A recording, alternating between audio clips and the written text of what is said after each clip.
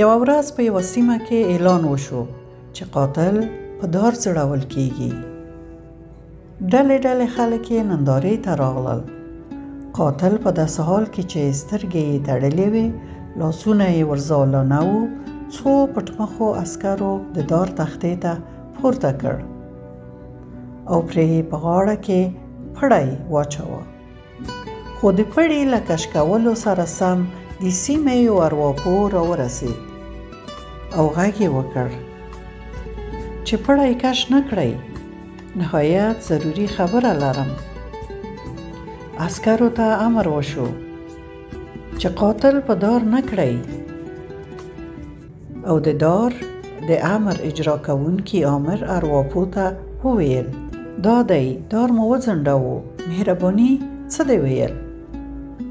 ارواپوه خلک مخاطب کړل او وی ویل دا سړی قاتل دی او باید ووژل شي. ټولو وویل هو. ارواپوه وویل نو اجازه راکړئ چې زه دا سړی بدون له داره ووژنم. د وخت حاکم هم ومنله او عسکرو ته یې وویل چې قاتل ارواپوه ته وسپارئ. ارواپوه قاتل د دار له تختې راکوز کړ. پر یوه بله تخته یې په داسې حال کې چې سترګې یې تړلې وې څملاوه او ورته یې وویل ای قاتله، زه به ستا شارک غوڅ کړم، وینه به دې ټوله له بدنه ووځي او مړ به شې. خلک هک حیران شول چې ارواپوه څنګه دا سړی داسې وژني.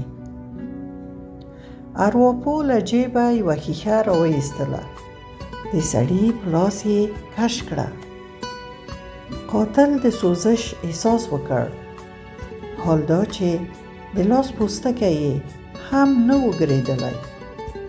ارواپوه له بل جیبه د چکک یو بوتل راوایست او د قاتل په لاس یې یو څاڅکی اوبه ورتویولې او ورته ویل به یې ډېره وینه دې ضایع کړه، ژر به مړ شې.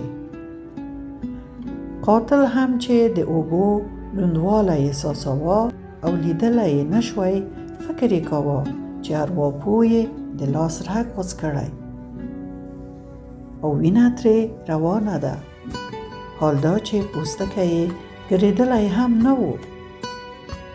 وینه او د وینې بهېدل خو لا څه کوي. څو شېبې نه وې تېرې چې د قاتل ساه ایستل ودرېدل.